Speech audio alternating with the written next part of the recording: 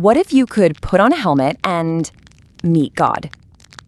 I know, it sounds like something straight out of science fiction, right? But today, we're digging into one of the most controversial experiments in neuroscience, a device that claims it can induce profound mystical experiences right on demand. I mean, that's a huge question, isn't it? Can something as personal, as transcendent as a spiritual encounter actually be cooked up in a lab? Can you boil it down to a scientific formula? Well, this is the central mystery we're unpacking today. All right, so this whole story starts with a neuroscientist named Micheal Persinger, and his goal was purely scientific. He was wondering, what if all those religious experiences people talk about, what if they weren't coming from the heavens, but from a very specific spot inside our own heads? So to test this wild idea, he built this device, and it got a pretty famous nickname, the God helmet. And the results? Whoa, they were astounding. Just listen to this. This is a direct account from one of Persinger's subjects. Imagine this. You're sitting in a quiet room with this helmet on, and all of a sudden you feel this unseen presence so profoundly that it brings you to tears of joy. And it wasn't always, blissful feelings. This account describes a classic out-of-body experience, feeling like you're spinning, sensing people who aren't there, and then, bam, sudden, intense fear and a feeling of being ice cold. We're not talking about subtle hints here. These are vivid, world-altering perceptions, and they're all happening inside a lab. So you're probably wondering, how on earth did this thing work? Well, on the surface, it's actually pretty simple. The helmet sent out these really weak but complex magnetic fields and aimed them right at the temporal lobes of the brain. You can kind of think of the temporal lobes as the brain's headquarters for emotion, memory, and just our sense of self. The whole idea was to just gently nudge that area and see what happened. Okay, so the helmet was clearly doing something. That much was obvious. But what did it all mean? For Persinger, the answer was, well, it was radical. And it had absolutely nothing to do with the supernatural. He was convinced he was looking at the actual biological wiring for belief itself. So here's Persinger's conclusion, laid out flat. He believed that mystical experiences, whether you call it God, aliens, or just a sensed presence, they aren't coming from out there. They're being generated from in here, by very specific patterns firing in your brain. And he was serious about this. He even went back and reanalyzed data from over 400 subjects just to make absolutely sure it wasn't just the power of suggestion. For him, the magnetic fields were the real cause. And his ultimate hope? Pretty ambitious. He thought that if we could understand the biology of belief, maybe, just maybe, we could reduce all the human conflict that so often comes with it.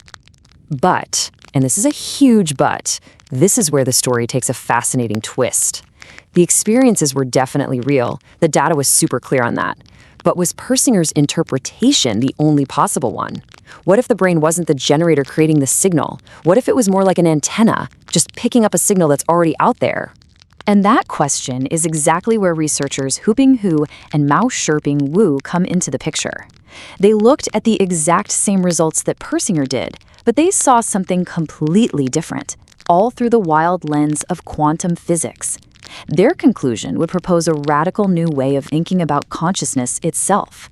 They called it spin-mediated consciousness theory. And the core idea is pretty mind-bending. It's that consciousness isn't produced by the brain, like a factory produces smoke. Instead, they argue that consciousness is a fundamental part of the universe, and our brain is just a super advanced biological receiver designed to tune into it. In their view, consciousness exists in this realm they call pre-spacetime, like a fundamental layer of reality underneath everything else. And our brain is the tool that tunes into it. So how? They theorize that tiny quantum particles in our neurons have a property called spin. And these spins act like, get this, mind pixels. Like the pixels on your screen, they form the very picture of our conscious experience. So a mystical experience isn't your brain creating a feeling. It's your brain's pixels becoming quantum entangled or deeply connected with information from that fundamental reality. So how does this new quantum theory explain the God helmet? Well, here's the cool part. It doesn't challenge the data at all. It just offers a completely different explanation for what that data means. Okay, let's walk through this. According to Hu and Wu, the helmet's weak magnetic fields are just strong enough to influence those tiny quantum spins, the mind pixels. By altering these spins, the helmet changes the way the brain is quantum entangled with its environment. It's basically like you're adjusting the dial on a radio. The helmet isn't creating the music. It's just helping the brain tune into a different station, one that might broadcast a sensed presence or an out-of-body experience. So we're left with one experiment, one set of powerful human experiences, but two completely different ways of understanding what it even means to be conscious. And this really breaks it down. For Persinger, the brain is a generator. The experience is a neuropsychological event contained within the skull. Consciousness is a product of the brain. But for Hugh and Wu, the brain is a receiver. The experience is a quantum entanglement event, connecting the brain to something larger. Consciousness connects through the brain. See the difference? Generator versus receiver. So, what's the takeaway? This is the crucial point. The God helmet experiment doesn't settle any religious debates. It doesn't prove that God is just an electrical signal, nor does it prove that our brains can tune into a spiritual dimension. What it does do, brilliantly, is it crystallizes one of the biggest questions in science and philosophy.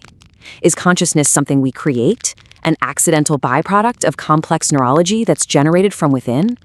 Or is it something fundamental that we connect to, an antenna receiving a signal that's already out there? The God helmet doesn't give us the answer, but it forces us to ask the question in a whole new way.